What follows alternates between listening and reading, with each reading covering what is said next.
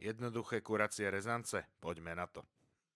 Jedno kuracie prso si nakrájame na kúsky, pridáme k nemu lyžičku škrobu, 2 lyžice sojovej omáčky, sol a čierne korenie, poriadne premiešame, ku 2 prelisovaným strúčikom cesnaku pridáme bambusové výhonky podľa chuti, na menšie pružky si nakrájame zeleninu, v mojom prípade žltú papriku, mrkvu, červenú cibulu a stopkový celer. Toto množstvo vydá na jednu väčšiu alebo 2 menšie porcie.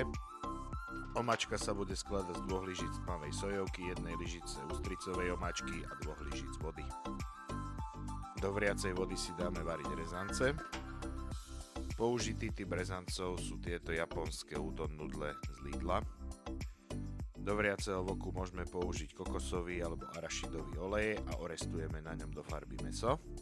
Vďaka tomu škrobu ostane chrumkavé zvonka a šťavnaté znútra.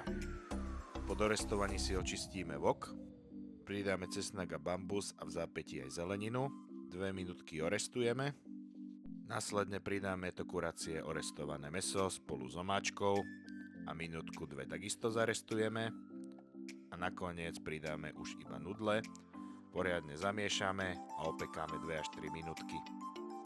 Na záver si to už iba naservírujeme na tanier, môžeme ešte posypať so sezamom a dobrú chuť a vidíme sa na budúce.